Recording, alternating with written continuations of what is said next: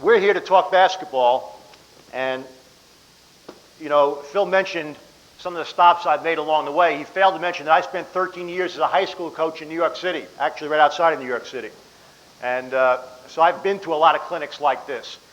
And whenever I came, I always tried to accomplish one thing. I would try to take one or two things from each speaker that I thought was relevant to my philosophy and take that back and try and think about it and try to work on it.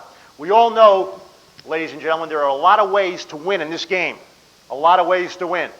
There are a lot of different philosophies. I'm going to talk to you about a philosophy today that I think, that I feel very comfortable with. Everybody in this room may not feel comfortable with it. But I want to talk about pressure basketball, offense and defense, and why I believe in it. Let's take a look at some of the reasons why I like to play this way, okay? The first reason is you are a special preparation for everybody that plays you. You become a special preparation. We don't do a lot of patterned things offensively. We do a lot of different things defensively. And our philosophy is we're never going to allow you to beat us doing what you practice doing every single day. So we become a special preparation for everybody that plays us. Offensively, we shoot a lot of threes. We don't have a lot of offensive sets. We run about 26 set plays, and I guess I get that from my 2 years in the pros. And I was speaking to a couple people on the way over here today. A big misconception about basketball, pro basketball, is that there's not a lot of coaching that goes on in pro basketball. That's the furthest thing from the truth you could ever imagine. There is probably more coaching that goes on in pro basketball than at any level. The players are so good that you must find ways. Nobody stops anybody in the NBA one-on-one. Nobody. Despite the fact that no zone rules, no this, no that, believe me, nobody stops anybody one-on-one in the NBA. There is more coaching, more preparation that goes on for an NBA basketball game than you would ever imagine. But at your level and at my level, which is right now college for me and high school for you, I try to have the philosophy of I want an edge into every game that I go into. Every time my team takes the floor, I want our team to have an edge. And the edge for us is that teams are not going to be able to beat us by practicing what they do, and we are a special preparation defensively for teams to play us. Second thing that it does, it helps negate size and quickness differentials. Now, Phil mentioned that I'd spent 2 years with the Knicks. I had spent 1 year at Syracuse. The year we went to the finals and lost to Indiana on Keith Smart's jump shot. I spent a year at Kentucky. The first year when we had 8 scholarship players, and all the preseason magazines picked Kentucky to win about 4 or 5 games that year. We wound up winning 14 games, beat everybody in the SEC, and we did it with 8 scholarship players. And we did it without great athletes. And the reason, if you look at our starting lineup that year, we had Reggie Hansen, 6'7" center, pretty good athlete. We had at one forward John Pelfrey, who I used to kid John, and John's playing in Europe right now, just signed a big contract to play in Europe. I used to kid John that a chair was a half step quicker than John Pelfrey. He played one forward in the press. At the other forward spot was a kid named Darren Feldhouse. At the guards were Derek Miller, who was about 6'4" and about 155 pounds, and had the worst balance I've ever seen any good athlete have. And then we had Sean Woods and somebody else. That team became an unbelievable pressing team with non-athletic people. The people coming off the bench, the 3 guys who substituted off the bench, and the 1 walk-on who played a lot, were totally non-athletic. And that team became a great pressing team. And that was the only reason that team was able to win 14 games and beat everybody in the SEC. When I got the head coaching job at Western Kentucky, it was a similar situation. We had 8 scholarship players. Our tallest starter was 6'5", and we were picked to finish dead last in the Sun Belt Conference. We wound up finishing 3rd. We won 10 of our last 14 games. We broke every Sun Belt Conference record for three-point shooting with a team that had been last in three-point shooting the year before. So the bottom line is this style of play negates size and quickness negatives because it takes the team's strengths away from them. Okay, the next thing it does, it hides your individual defensive weaknesses. Like I said, a good example in the pros. They said you couldn't press in the pros. Rick came to the Knicks and said we're going to press for 84 games. They said Patrick Ewing's legs will collapse. Sidney Green is too slow. Mark Jackson's the horrible defensive player, so on and so forth. Well, Mark Jackson is a bad one-on-one defensive player. Mark Jackson has very little lateral quickness. But Mark Jackson was like, I think he was 7th or 8th in steals in the NBA his 2 years that we were there. Again, the press. The press hides individual weaknesses. Mark Jackson cannot play most of the point guards in a half-court situation one-on-one in the NBA. But Mark Jackson, like I said, was Rookie of the Year his first year and an NBA All-Star his second year because the style of play hid his individual defensive weaknesses. And that's true of everybody on your basketball team. Your team becomes, I like to use the analogy of a pack of wolves. You know, you take a wolf and you put him out by himself, and the wolf is not a very strong animal. It's not exceedingly quick. You put him in a pack, and the pack becomes tremendously strong. And that's the way we look at our basketball team. We look at our team as a pack of wolves. Individually, may not be very athletic, may not be very quick, may not be very big, but together, as a pack, we are tremendously strong. Next thing it does, it builds confidence and aggressiveness in your team. I had the pleasure, if you want to call it that, of in 2 years, 2 successive years, we played at Kansas the year I was at Kentucky and got beat by 57 points. The biggest loss in the history of Kentucky basketball. The worst loss. We took a charter plane home, and first time in my life, I was hoping for the plane to crash. The next year, I became the head coach of West Kentucky, and we lost to the University of Georgia by 59 points. 59 points. The worst loss in the history of Western Kentucky basketball. And by the way, for those of you, West Kentucky has a great tradition. We're 6th on the all-time win list. We're 7th on the winning percentage. There's a lot of tradition in West Kentucky. Well, in 2 successive years, I was a part of the 2 greatest losses in the history of 2 pretty good programs. Tremendously positive experience, let me tell you. But, both of those years, I also was a part of a metamorphosis, a growth of a team's confidence and aggressiveness into 2 winning basketball teams. The team at Kentucky the next year wins 22 games. Last year they come within a shot of going to the Final Four. Our basketball team last year won 21 games and got to the NIT. And this year, I can tell you flat out right now, we're going to the NCAA. We'll be one of the best 50 teams in the country this year. And I can say that because the style of play builds tremendous confidence and aggressiveness in your players. And let me tell you something, ladies and gentlemen. You don't win unless you have confident, aggressive people. Unless you're 30 points better than everybody you play. Next thing it does, builds team morale. You get to play more people. You know, the first year at Kentucky and the first year at West Kentucky, we didn't need to play anymore. We only had 8 guys on scholarship. We didn't need to play anybody. We were trying to find people that would walk-ons that would come on and get some minutes. But everybody is happy because they get to contribute and play. This year we'll go 11 deep. We'll go 11 deep on our basketball team. I think if you look at Rick's team at Kentucky, they'll probably go 10 deep or 11 deep. And those people will be happy people. I don't have chemistry problems on our basketball team. I don't have morale problems on our basketball team. We don't worry about, I caught one little segment of Coach Henson's thing about dividing up shots. I don't have to worry about dividing up shots. We took 489 more shots than our opponents last year. 489 more shots. We don't worry about that. Team morale is great. Chemistry is great. We don't worry about shooting the basketball. Everybody gets up their shots.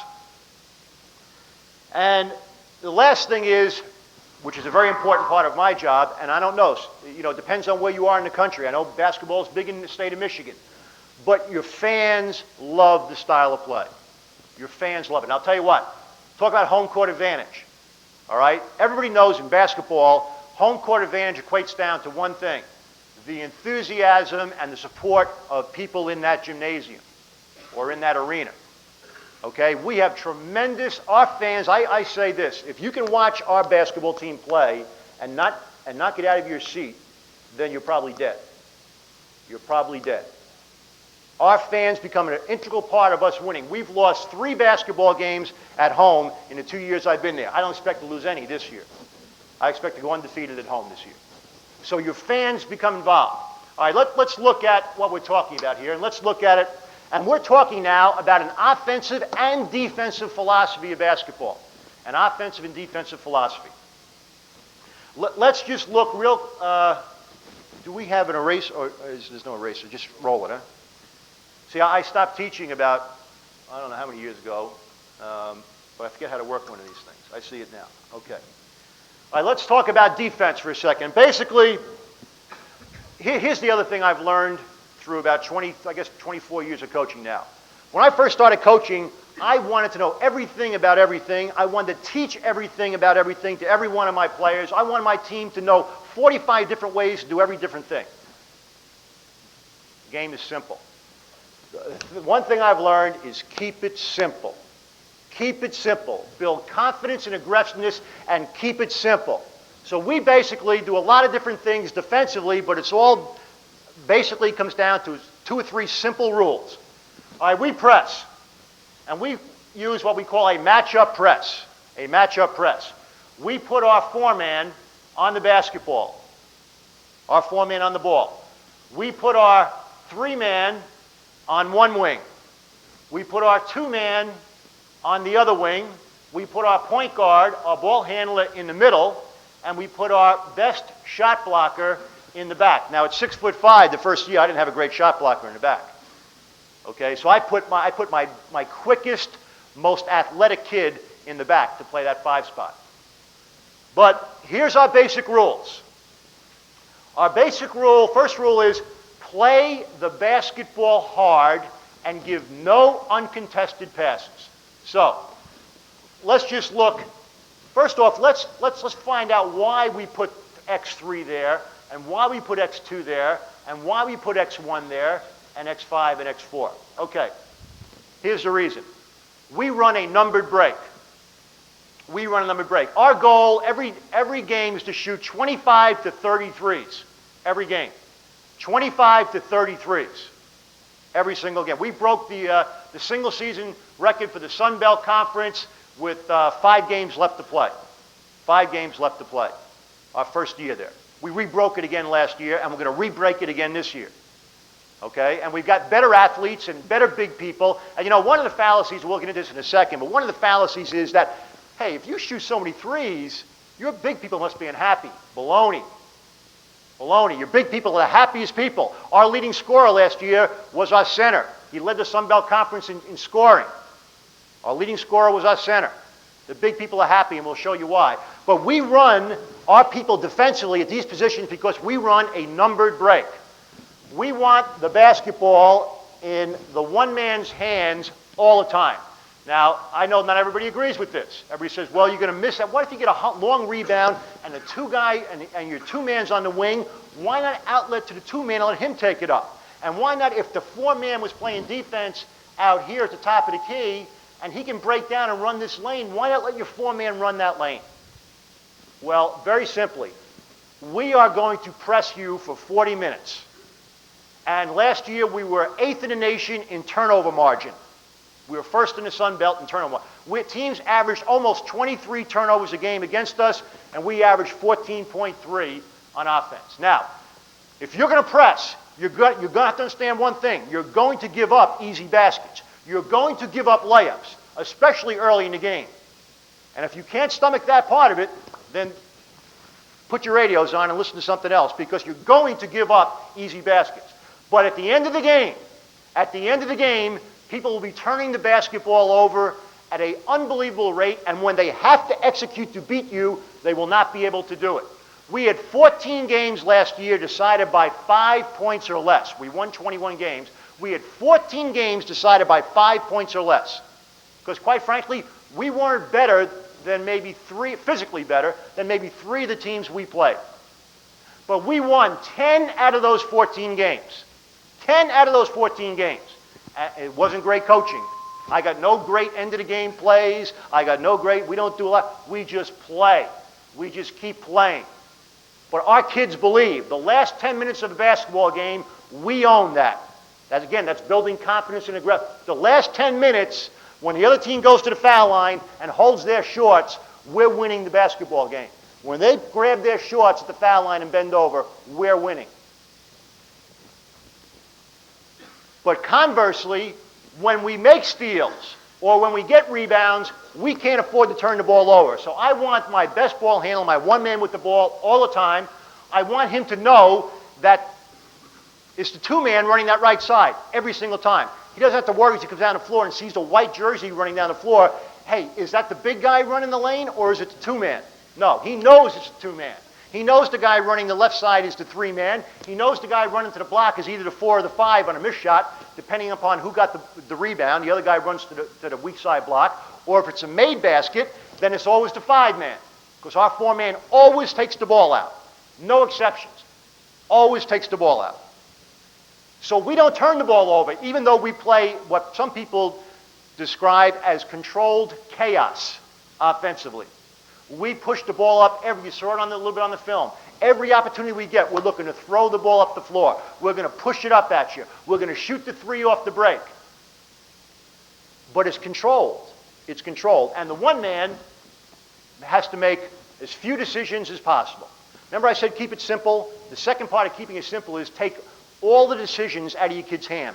Let them play the game without having to think what they have to do. Let them play without thinking. Okay, so here's our basic alignment. Let's say the ball goes inbounds. Let's put the offensive players here. Okay, there's an offensive play with the ball taken out of bounds. Let's say that we have this type of setup right here. And in this case, I know you can't do this, so I don't like using these things, but we would be on this side, on the inside. Okay, and let's say we put a guy here. X1 will be coming over to play him. And let's say they put a guy weak side long. All right, here's our basic rules. Very simple. First one I said, play the ball hard and don't let any uncontested passes occur. So that means that, let's say, when we deny the ball with all our people, again, think of a pack of wolves. All 5 people are playing the basketball. You're playing a person in your area, but you're not playing a man. You're playing a particular, but all 5 people are playing the ball. The ball is being taken out of bounds here. All 5 people are watching the guy taking the ball out of bounds. Let's say the ball gets inbounded to here. And again, we never deny closed. Okay? If I'm X3 right now, and I'm denying that man, and the ball's being taken out of bounds right there, I never deny this pass closed. I am always open. And when I go to steal, I always steal with my outside hand. I never steal this way and lunge. I will steal this way. And if I miss it, I can turn and run, because we'll get to that in a second. Okay, but let's say the ball goes in bounds right here. Here's our rule. Ready? Play the ball hard and no uncontested passes. That means that I'm going to belly up to this guy and play him. And you're going to say, well, he's going to drive right. He's going to beat you. He's going to drive around you and beat you. Yeah, that's right. He probably will. Especially when you have a guy like John Pelfrey playing. Okay? He's definitely going to drive around and beat you. But we don't want to allow them to advance the ball up the floor with a pass. Now, our rule here, since we have a pack of wolves and 5 guys playing the ball, is X4 would drop to the level of the ball. X1 would come over and deny. X2 would deny this pass here. Okay? Second rule, very simple. Anytime the ball's in the sideline, we are in a box. A box. Watch. Watch it. Use different colored pens. See if I can do this. Okay? Look at the situation. We are in a box. 2 is going to drop back into this area here. We are in a box. Alignment. X1 is over here. We are now in a box. So our rule is, here's what we tell our team. Anytime the ball's sideline, we are in a box formation. Anytime the ball goes to the middle, we are in a diamond formation. So let's say, oh, it goes the other way? I told you I haven't been teaching too long. Thank you. Okay, let's say the ball is here. We have X3 playing him hard, straight up. X4 is dropped to here. This guy is stepped in bounds. He is here. X2 is back in here, and he's playing a guy there, and X1 is over here. Let's say X1's in the middle, let's say. We're still in a box situation. X5 is back here. But let's say he reverses the ball back to the inbounder. Okay? X4 is going to sprint up and play this guy. Now, he's not going to come up and say, like this. He is going to run up at him, and he is going to play him hard. Okay? And now we are back in our diamond alignment.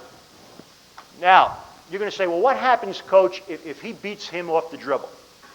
Well, that's what we want.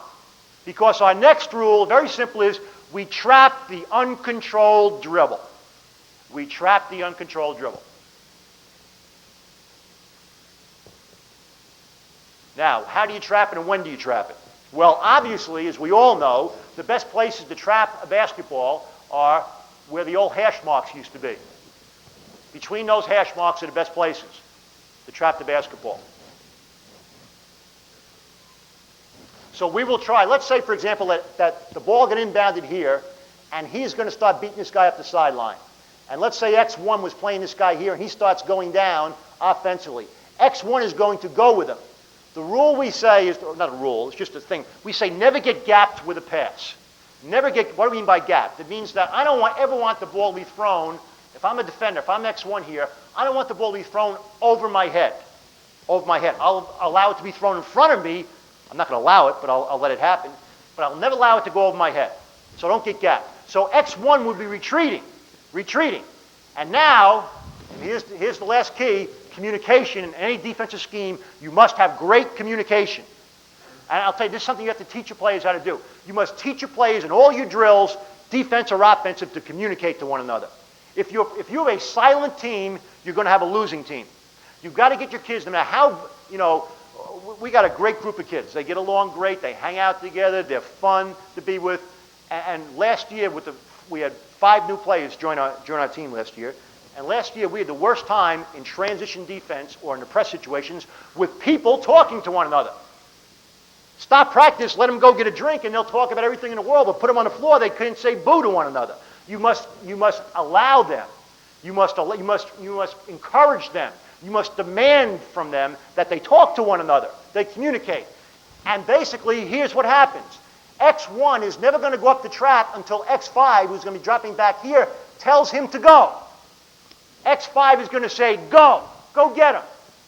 That means X1 knows that he can't get gapped because X5 will take that pass away, and X1 come up and close this trap. Now, what's happening on the weak side of the floor? Very simply, you're going back. This is X2 here. He's going to be dropping back as the ball goes down the side. He's dropping back. He sees X5 go. He's dropping back to protect the basket. Okay? X4 is dropping back into the middle of the floor to protect the middle, and that's where we are. And that's the rules to the press. Ball sideline, we're in box. Ball middle, we're in diamond. We trap the uncontrolled dribbler, and we wait till the next line of defense tells us to go trap. The last part of the defense is this. We work very hard on back pursuit. What do I mean by back pursuit? I mean that anytime you go up and play the ball hard and deny a pass, you're going to get beat on the dribble. We know that. But what we want to have happen is I get beat. I go up and I deny the ball hard, and this guy puts the ball on the floor and starts to beat me. I don't want to just run back down the middle of the floor. I want to go chase the basketball down from behind. Now, let's say this happens right here. We're lined up.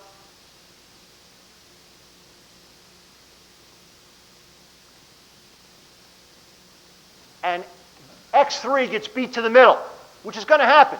We don't have a rule, don't get beat to the middle. We don't have a rule. Otherwise, the guy's going to be running around trying to get 1 foot up. I just want the guy to go up and contest the ball and play it hard. We make it beat to the middle. Doesn't make any difference. Watch. He gets beat to the middle. Okay? Watch his job. His job is to attack the basketball from his side of the floor. X4 is going to do what? Sprint back and attack the ball from behind on this side of the floor. X2 is going to be sprinting back, trying to get inside the ball on the weak side of the floor.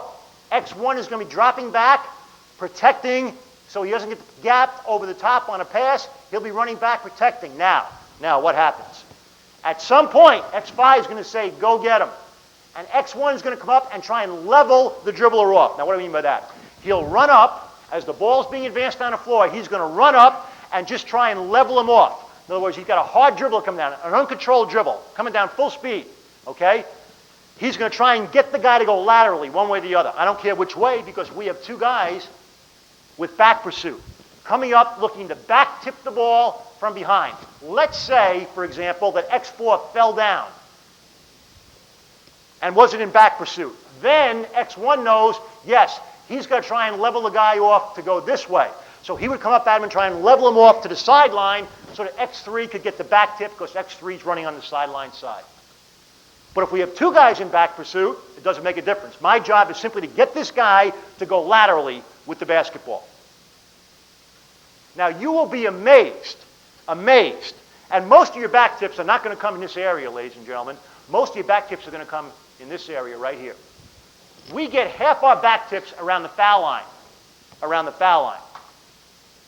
We tell our people never to give up on the pursuit. Now, let's just look at a drill we do every day in practice, and you can work on this. We just simply break our press down. We put the ball, offensive, defensive player right here, offensive and defensive player right here, and an offensive and defensive player right here. And all we do is simply inbound the ball, okay? And then we make this guy come back and be the middle guy, run back and protect. This guy beats him up the sideline. This guy comes from this side. This guy comes from this side. We look to level off and get a back tip. We just do that drill every day. Very simple.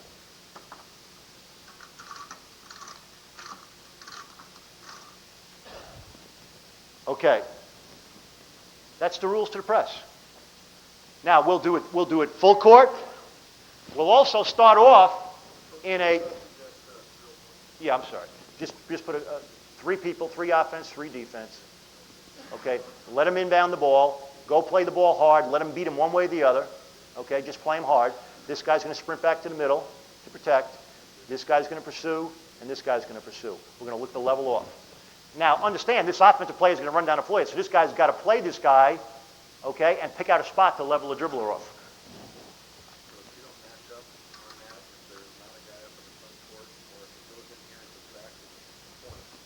All right, if it comes back, let's do that. Here it is right here. Show me what's going to happen now.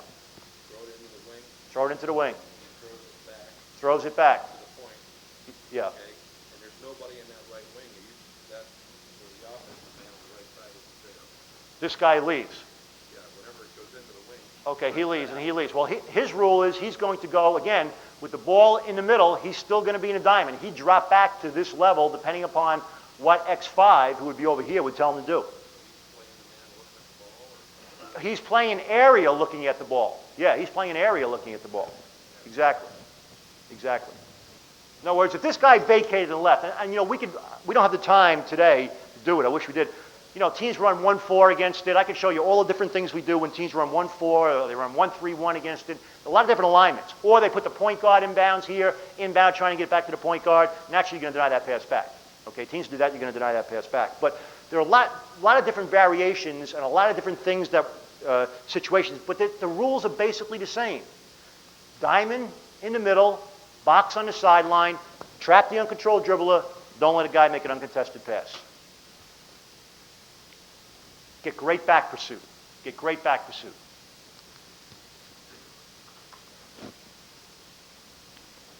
Any questions? Any yes? Yeah. Yeah, if he can, yes. Yeah, in other words, if this guy breaks down and X2 didn't go with him, yeah, he should throw the ball up. Because we've got to learn to sprint back and then go level. You want to teach that? Yeah.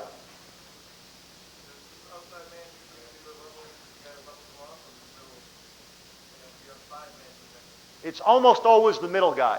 Almost always the middle guy. I'm sorry? Just for the drill. And sometimes we'll start the drill this way. You know, I just gave you one way to do it. You can be innovative and be creative. We'll start the drill this way sometimes. We'll start the drill with a guy here, and we'll put 4 people in the drill and do it this way. Just with 4 people. We'll go 1-4 sometimes. Put the 1-4 across, get that alignment. The whole key is whoever is back in this area here is going to be the leveler once the guy is beat. Okay? And his rule is retreat till I don't get gapped, pick out a spot to level off and get the back to. Yes?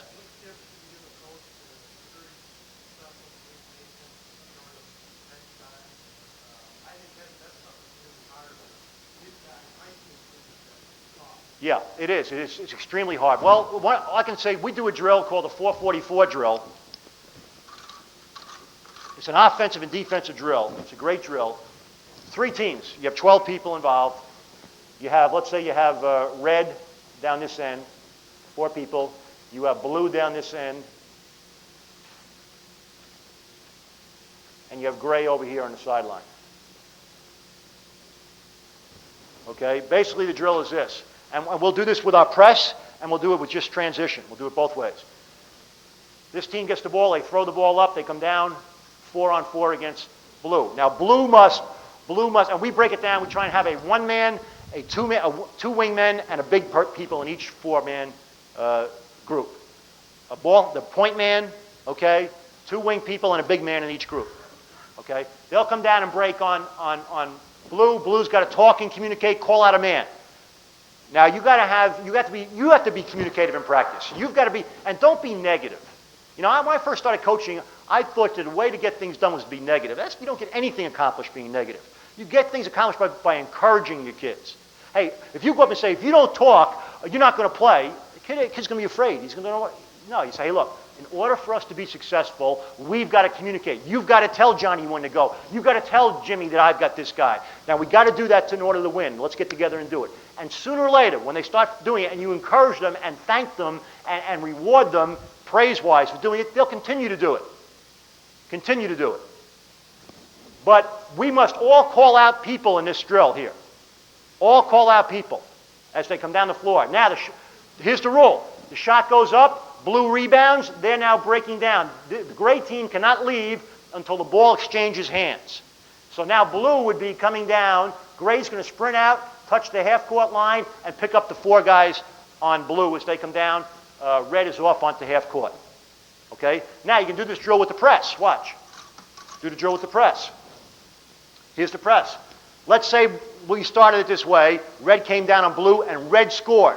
Red scored. Blue is taking the ball out of bounds now. So we'd have the big guy on red playing the ball. We'd have the 2 wing guys, 2 wing guys, red 2 and red 3 here, and red 4 and red 1 in the back there. That's how your press looks, the diamond press, right? Here's the rule. You now let the other team, which is what, gray? Yeah, gray. As soon as the ball goes in and red gets in the press, they're allowed to come to half court, beyond half court. And here's the rule. There's an imaginary wall there for red. Red cannot pass the half court line. But they can trap, they can run at the guys, they can do anything they want up until this half court line. So it teaches tremendous aggressiveness. It teaches excellent ball handling against pressure. And you can't throw a long pass because gray's going to be back there to intercept it. You got 4 gray guys waiting for the first long pass over the top. We do this drill for 15-minute segments. It is unbelievable conditioner. It's an unbelievable drill in terms of getting people to communicate with one another. And it's a great drill for making people handle the ball under pressure. Handle the ball under pressure. So you're working on every single facet of pressure offense and pressure defense with this drill. We do it for 15 minutes. At the end of the 15 minutes, we run, we sprint to the free throw line. We shoot a minute and a half of free throws. Have the managers come out and the guys drink their water. At the end of the 15 minutes, we go back up and we may run a diamond press one time, and then we may run our box press. We do the same thing in a box alignment. Here's our box alignment. Same rules. We deny the ball in bounds. If the ball went there, he's going to rotate up and play here. He's going to rotate over, and we're in our box situation.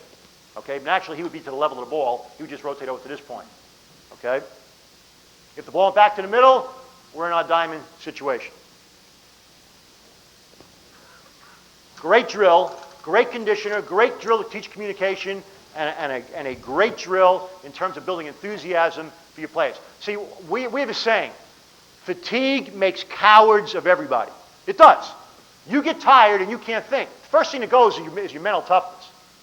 You give me a fatigued ball team in the last 10 minutes of the game, and I'm going to beat you. If I can get your team fatigued, and I can keep the game to about 10 to 12, 14 points, I'm going to beat your rear end. If I can get your team fatigued, I'm beating you. I'm beating you. And our guys believe it. Fatigue makes cowards of everybody. We must learn how to fight through fatigue, play through fatigue, and get the other team to surrender under fatigue. And it's amazing. We'll call a timeout, or the other team we'll make a run of the team at the end of the game, and the other coach will call a timeout, and our kids will run to the bench. They'll say they're ready to surrender. They'll say it. They'll be slapping each other, giving high fives. They're going to surrender right now. They're going to surrender. We know it's coming. We know it's coming. Yeah. All right, 1-4.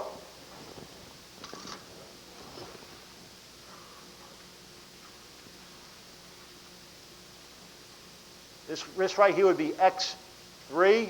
This would be X1. This will be This would be X2, and this would be X5. Right here. Now, X4 is on the ball. Now, tell me what you want them to do, and I'll tell you how we're going to defend it. Well, at 1-4, usually somebody sends somebody long, right? They send somebody long, they send somebody to the ball, or they screen across. See, screen across doesn't work against this because you're not playing man-to-man. And you're not denying this way. You're opened up and playing the basketball. But let's just say, for example, that they sent this guy long. Our rule now is he's going to go with him. He's going to go with him. X1 now just interchanges and becomes X3's position. That's all. If this guy goes long, X1 takes him. Now, watch. X5's on the weak side of the floor playing this guy over here. If X2's man goes long, X5 takes him. And X2 just shifts off and plays here. And again, you get your kids to communicate him. X5 is going to say, I got him. I got him. Take the wing.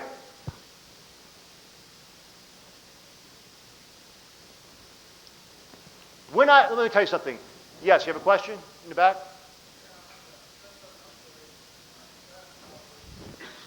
Yeah, set it up. Go ahead.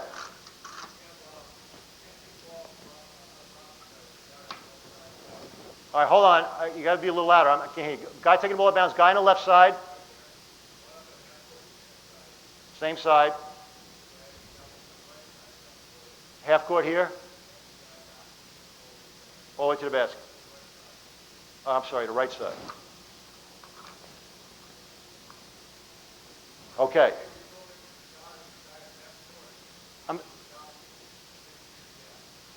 Make a bigger gap. In other words, spread us out. Right here. This guy right here. He takes off. He's going to go with him.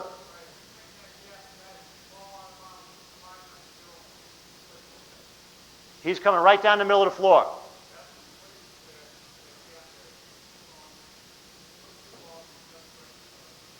He hooks in. Okay. Here's our rule. Here's our rule. Anytime that the guy taking the ball in bounds sprints down the floor, first off, our rule is, as soon as the ball goes in bounds, he's dropping to the level of the ball. So if he sprints down the middle, we always get ball side. Okay? We always get ball side. We're not going to allow him to make that direct pass to the guy sprinting down the floor.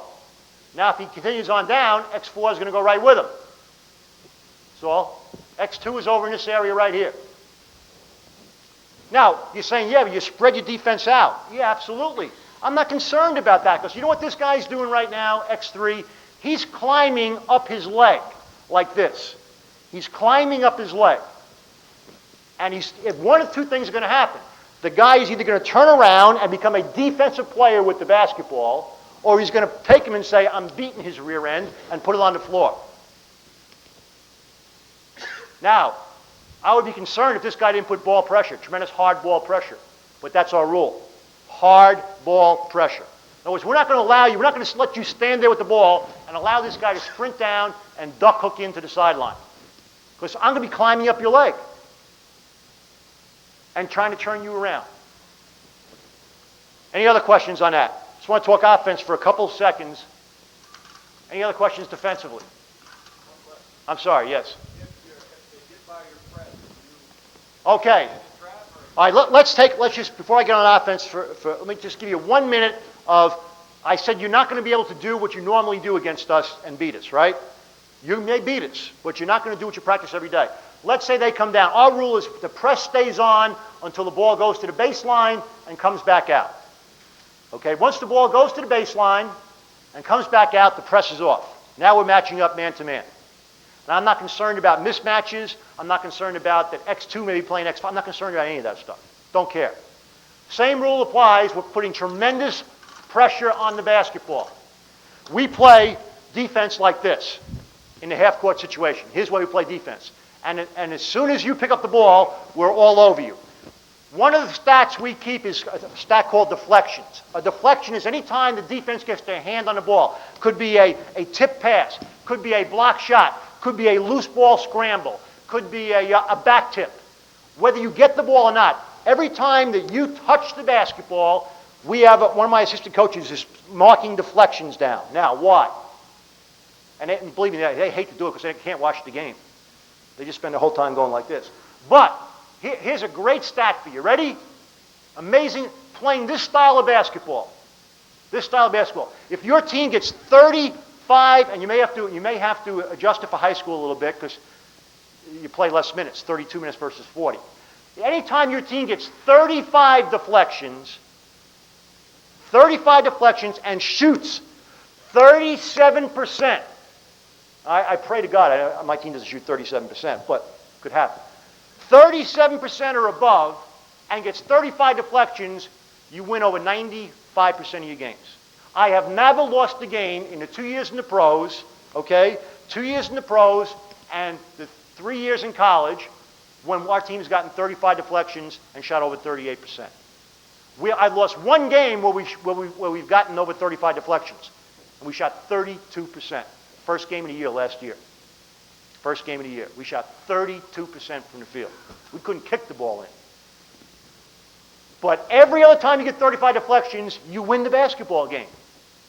And you forget, I don't care about rebounding. You know, people say, hey, coach, your team gets out-rebounded every game. Well, yeah, if I'm taking 489 more shots than the other team, I think I'm going to get out-rebounded every game.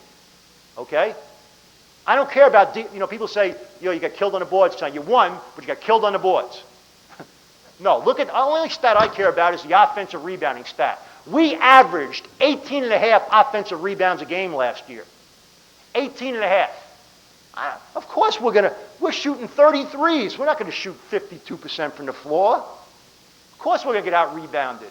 But how many of those are we rebounding? How many offensive rebounds are those threes allowing us to get? And that's what I want to talk about real quick.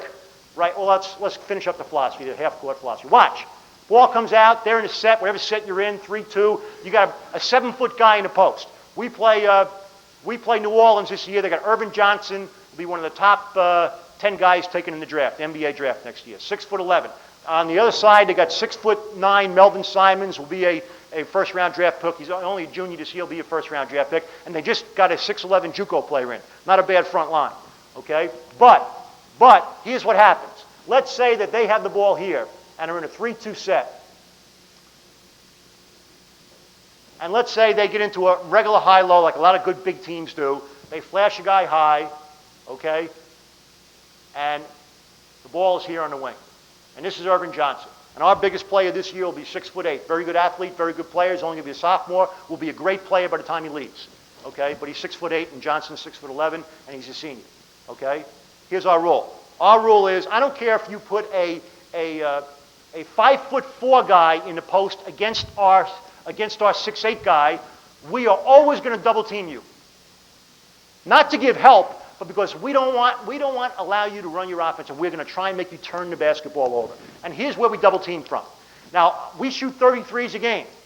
I believe in the three-point shot for about 5 different reasons, okay? So if I believe in it, I'm not going to give it up. I'm not going to let you beat us by shooting threes. So the ball goes into the post. Here's our guy playing. X5 is down there. X4 goes to the high post. Okay? As soon as the ball, there's tremendous ball pressure here, right? We know that. Guys climbing the leg. Same rules apply. Climbing the leg, getting all over him. Ball goes into the low post. We're going to get eaten alive. Watch. We're going to double team right on the pass. And we work on this. We break it down into triangle drills. We work on it every day in practice. We're going to try and get there as soon as the ball leaves his hands, we have somebody running at the post player. And guess what? It's not the guy who threw the pass. Most college teams double off the wing. Well, you're going to give up the three if you double off the wing. If you're a high school team and you double off the wing, you're going to give up the three. Because if the guy, if you're playing against a good coach, he's going to have this guy move one way or the other, 4 or 5 feet one way or the other, and you have the center throw the ball right back out, and the guy's going to shoot an uncontested three at you. So here's where we double from. We double from the top. We double from the top. This guy now runs down and double teams on the pass. So as Irvin Johnson, a 6'11", is catching that ball, in this case would be our point guard is running down and doubling him hard. Now, what passes does Irvin Johnson have out of the post this time? Well, he ain't throwing the ball back out here because this guy's denying this pass back out. He's all over this guy, okay? He's not throwing the ball to here because this guy is denying the pass this way here. He's playing the high post like this, and he's denying the pass back out. Okay? If he can throw the ball across court there, God bless him. Okay? I hope he does throw it across court. The pass he's probably going to try and make, this guy's probably going to create some space, and this guy's going to move over to here. And what we're going to do now is we're going to do what we call Xing. We're just going to have this guy run out and shoot the gap. And if you can get there for the steal, you saw it in the film on the wing, where the guy got the steal on the wing. When the ball went from the post to the wing, we got the steal there. If he gets a steal, great. But he's Xing out here. The one man who doubled now is sprinting across and playing this guy right here. Okay? And again, I don't care if you've posted a 6'2" guard down here, we're doubling him. And when we double, now in this case we had Irvin Johnson, who's 6'11", and we have Mark Bell, my point guard, who is one of the most exciting players in the country, 5'8". It doesn't do Mark any good at 5'8" to come down and double this way. Mark Bell's going to come down and double. So as soon as Irvin Johnson brings the ball down to his waist, he's taking the ball out of his hand. As soon as he dribbles it, he's dribbling into Mark Bell's hands. But if we had a big guy doubling down, he'd double big and strong and high and force him to try and throw a pass over the top. Okay, over the top, back out again. And now let's say, well, you get in a high-low situation and they get the ball over here and he runs down and he screens down and he rolls him across the lane. As soon as the ball goes in, we're doubling from the top again. Let's say that this guy wasn't here. Let's say that the point guard vacated, made the pass, vacated and went through. Okay? Vacated and went through. Now we double with X4 real hard. We say, well, you get that pass right there. Yeah, it's this guy's job to get inside here and get between the ball and the thing.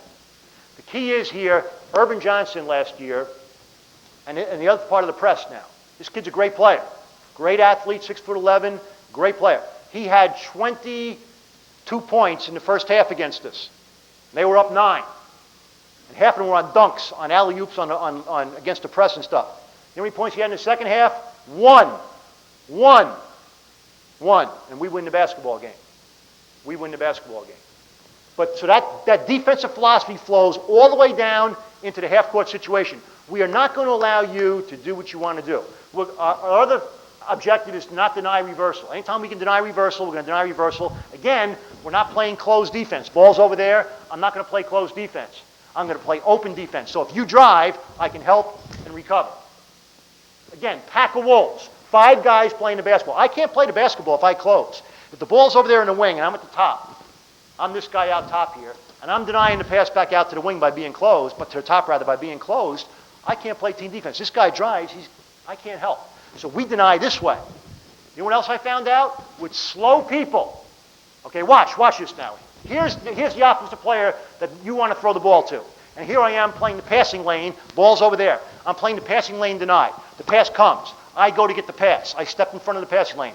Look where I have to touch the ball. The ball goes from there to there. Okay? And I have to touch it in order to get my hand on the ball, get a deflection. Now watch. Same play. I'm denying this way. Now the pass comes. I can get the ball. The ball can travel an extra 2.5, 3, sometimes 4 feet, depending on the length of the pass, 4 feet, and I can still get my hand on the ball. So you become a much quicker team by playing defense that way with what we call outside hand, outside foot. Because your passing lanes now are lengthened. See, by playing defense this way, I shorten the passing lane. Ball gets there much quicker. It gets from there to here a lot quicker than it gets from there to here. So I have more time to get my hand and get a deflection. Plus, you ain't driving to the basket without me coming over and helping. Yeah. I hope teams, maybe with the exception of Princeton, I hope teams go backdoor again. If you're going to beat me going backdoor, okay, you ain't beating me. If you're beating me going backdoor, let me tell you, I'll give you 25 backdoor passes. If you convert 5 of those into layups, into baskets, you're doing a great job. Because we're going to get great weak side rotation, and we're going to trap you outside the lane. This guy goes backdoor. Let's say this guy goes backdoor right here, right? We're open. He goes backdoor. This side is cleared out. We're going to get rotation. Our rule is we have 5 guys playing the ball now, don't forget. Nobody in the weak side is over here playing denial. Everybody in the weak side is almost in the lane. So now you go backdoor, you make that bounce pass. We're trapping your rear end outside the lane. Outside the lane. So I hope you're going to go backdoor against us. I hope you do. We don't worry. We tell our kids, if you get beat backdoor, it's the weak side guy's fault. Don't worry about it. Don't worry about it. Go backdoor. It's the weak side guy's fault. Deny the passing lane. Yeah.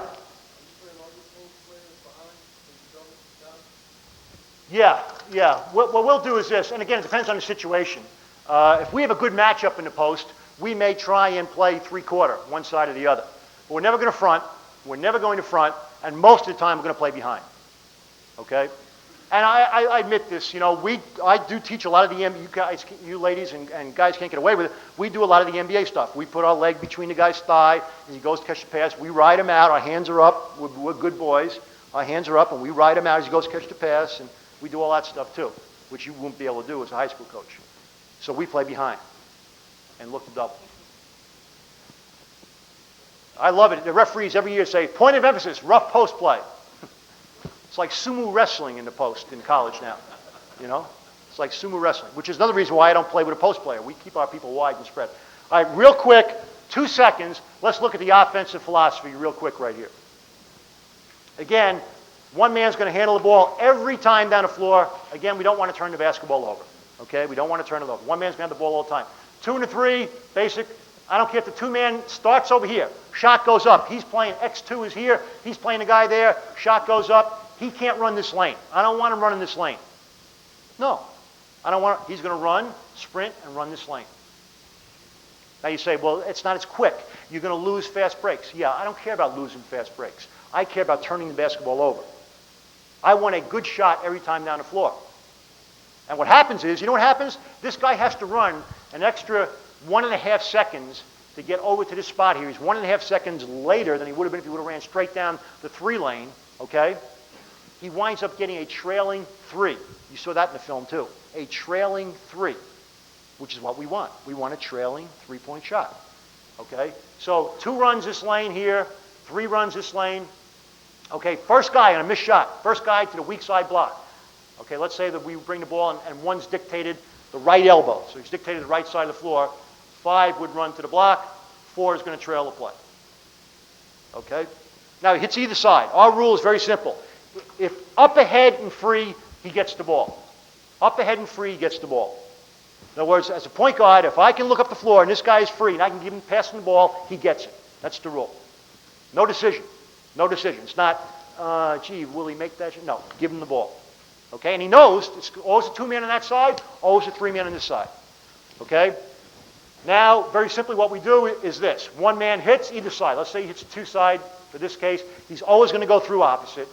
He's always going to go through opposite. 4 is going to come and fill for reversing. Okay? As he goes through opposite, 5 is going to look to duck into the lane. See if we can get that. Okay? We don't have it. We don't have it. Watch what happens. 2 is going to reverse the ball back through the 4. 5 is going to step out and back screen for the 2. 3 is going to come down and down screen for the 1. Now watch what happens. 1 has the option now of going off the single screen or the double, what we call stagger. Stagger. If you watch the NBA is all stagger screens. They don't run doubles, they run staggers. 2 guys banging the defender one after another, spaced about 3 to 5 feet apart. All right? So here he comes. Let's say 1 goes off the double side. Here's the way it looks right now. 5 back screen for 2. Now 4's got the ball here. As 5 back screens for 2, we're looking for the pass. If he gets a good bang on him, we're looking for the pass for the 2 going on the backside. 5 helps. He's ducking into the lane. We're giving that little shuttle pass into the lane for the layup. But none of that works. 2's now down here. 1's here. 3's coming down. He's going down the pin for 1. Now watch. Stagger screen for the 1. Right here. Bang. Bang. 2 guys. Right here. 4 hits 1. Okay. 2 is now down here. Okay. 2 now turns that off for 3. 4 goes down and gets 3.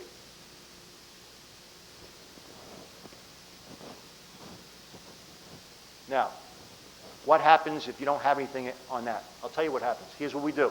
Here's the only thing we do. Yeah, I'm sorry. Go ahead.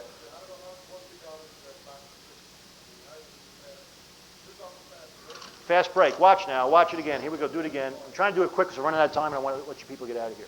I got to go back to a 6'10" recruit. Okay, here it is. 2 man's here. 2 man's out on the wing.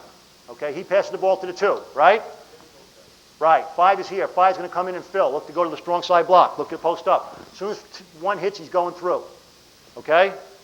Now you have 3, 1, 2, 4, 5.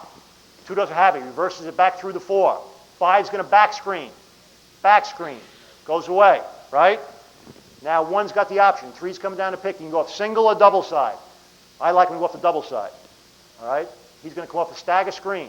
Going to come off the 2, and then the 5's going to turn around and bang him again. Going to come up there.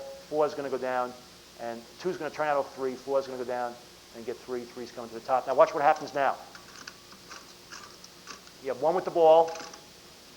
1 with the ball. You have 3 over here. Just come off the screen. 4's here. 5's here. And 2 is turned out. Now watch this play. Because if you've learned anything today, think of this concept. I guarantee you, like I said, we had a guy, 6'5", center last year, lead the Sun Belt Conference in scoring, averaged 20 points a game. He's playing professional ball in Europe right now, okay? And he made a living off of this screen. Let me ask a question here. How many people think this is a good play? 5, screening across for 4. How many people use that? It is a good play. I'll answer the question. How many people use that screen in your offense? Raise your hand. 5 for 4. Okay. All right. Let me show you this screen. This is even a better screen. 5, 4, 3, 1, 2. As 1 reverses the ball to 3, right? He's gotten down. 4's down screen. He zippers up to get the ball. Have 4 go screen for 5. And here's what we do now. Watch. And if I had some film here, I'd show it to you. We scored hundreds of points on this one play. Think of it now. I'm trying to throw the ball into the post. I'm guarding the post. 3-quarter, I'm getting around, I'm fronting him, I'm riding him, I'm doing all this stuff, right? Trying to get this guy, trying to get the 5 man off the post. The ball's out here. Now all of a sudden the ball's reversed. I turn and run right into a guy screening me. We have one rule in this play. This guy always goes low on the baseline and the 4-man shapes up. I guarantee you that this guy or this guy will be free. I guarantee it. You will get the ball in the middle of the lane anytime you want it. Anytime you want it. Now, I will the time, my time's up and I want to let you guys go answer some questions. But you say, well, we'll just switch that. No. I'll show you. You can't switch it. You can't switch it. Because this guy is sprinting off. He is sprinting off to the short corner. Let me make sure I show you that because that's critical on it. He is sprinting off 5, and we always tell our people, we never have people post up at the block. They always post up above the first hash mark. That's critical in your offense, okay? It's a misnomer, post at the block. No, don't post at the block, post above the first hash mark. So you can drop step baseline, drop step middle. Now when 4 comes across and sets this screen, he is sprinting for this little short corner right here. About 6 feet off the lane in the short corner. If they switch, all this guy does is seal back. In other words, I set this screen across on X5. I come on, I bang him. X5 sprints off the bottom side, and now all I do is I pin him right here, and open up for the ball. They switched, right? Well, I got news for you. I'm getting the ball in the middle of the lane with nobody playing, with the guy on my outside hip. And it's a very simple play. We run this play. We call it a lot of times. Sometimes our guys just read it, and they just do it. But it's a great offense. Screening away from the ball side to the post. It's a great play. Lakers with Worthy and Jabbar made a living off it for years and years and years. Top, from the top. Yeah, absolutely, from the top. Ball's got to come from the top. Okay? One last thing, and I'll let you go. It's been a pleasure. The last thing is, the best offensive play in the game of basketball is pick and roll. And if you're not teaching the pick and roll, you are missing out on an unbelievable ability to get your people free. Everything we run winds up in a pick and roll. For example, our offensive set right here, we came down in transition, and 3 has the ball at the top. 1 just passed it to him. 2's out on the wing. Okay? We had 4 and 5 at the block. And let's say 4 and 5, let's say 4 doesn't screen across. Let's say he gets tangled up. He doesn't screen across for 5, or he's late. Or something happens. Okay? And he throws the ball there. Okay? Right away, we're going pick and roll. One of these guys is going to flash up and go pick and roll. We're going to go spot up at the three-point line in the corner. We're going to come out and spot the three-point line here. And we're going to come and be right where we are right now. We want this guy to be down just along the baseline outside the lane. Let me tell you something. I don't care how you defend it. I don't care if you trap it. I don't care if you hedge it. I don't care if you, whatever you do. If you teach, there's only 3 things they can do. They can switch it, they can trap it, they can hedge and recover. Can't do anything else. It's the only 3 things they do. If you teach the options on those 3 things, it's the most difficult play to defend in basketball. We run on an average about 20 to 30 pick and rolls every game. Just off our offense, not a call. I don't call it out. If I can't make it, some team is denying me on the wing, we're going pick and roll. We're going to sprint up and pick and roll. It's the greatest pressure release in basketball. It's the most difficult play to defend in basketball, and it's the easiest play to read and to learn. Any other questions? Yeah. If I was doing the scouting, Yeah. I know the one man always wants to get the ball. Obviously, Yeah. Well, we work real hard. We drill our one man real hard. So I believe that in a 94-foot court, 85 for you guys, in an 85-foot court, there's no way you're going to deny me the basketball. No way. We teach. For example, we never run. This is one of the things we never do. Now, I can deny you the ball if you let your one man run and shorten the court. If your one man's running in here for an outlet pass all the time, if they're made basket, you're going to be denied. You're going to be denied. We have a rule. Our one man cannot go beyond this area. Well, he can go longer, but he can't go inside that area to catch the ball. If he's being denied, face guard denial. Face guard. Actually, if the guy's playing behind him, he may have to go inside that area. But if you're playing face guard and deny, we don't let him go. We teach one very simple thing, 2-step move. Okay? Let's say I'm being face guarded. Okay? All I do is I step to the middle of the floor. I step this way. I step this way, and I step between the defensive player's legs. And I step big. Okay? And most male players that I've seen will go like this when you do that. Okay? And that stops denial. Very simply. We do. Just 2-step move. We tell them, step hard between the guy's legs, and you just go. We throw the ball right over the top. And we practice it. We practice throwing the ball over the top. All right? Again, think of this. You've got to work on if you're going to play this type of basketball, you've got to work on your guy taking the ball out of bounds. He's got to be confident taking the ball out of bounds. You've got to work on your one man getting the ball. You've got to work on your people running the lanes. But what it does is we we drill in this, but I don't say, hey, if somebody denies you the ball, you've got to do this to get the ball. I say, no, if somebody denies you the ball, here's how we're going to get a layup. We're stepping between the guy's legs, we're going over the top, and we're throwing the ball over the top. And you want to listen, if we turn it over once or twice, it's not the end of the world. It's not the end of the world. And that's the other thing. I'll leave you with one basic thing. The best thing you can do as coaches, okay, is improve your players' fundamentals, improve their confidence, and their belief in themselves. It's the one thing you can do. Let me tell you something. We won games that first year with the Knicks, We won games at Kentucky. We won games at West Kentucky with teams we never should have beat. You know, I remember the Kentucky game we played Shaquille O'Neal, Stanley Roberts, Brunell Singleton, the little guard, what's his name? Jackson? Was it Jackson? Yeah, Chris Jackson. You know, I remember walking out of the locker room. The LSU's locker room was there, and our locker room was here, and we're walking out, and I remember guys looking, you know, Shaquille's walking by, boom, boom, and Stanley Roberts behind him, boom, boom, boom, boom. You know what they were doing at the end of the game? Timeout, timeout. They couldn't run anymore.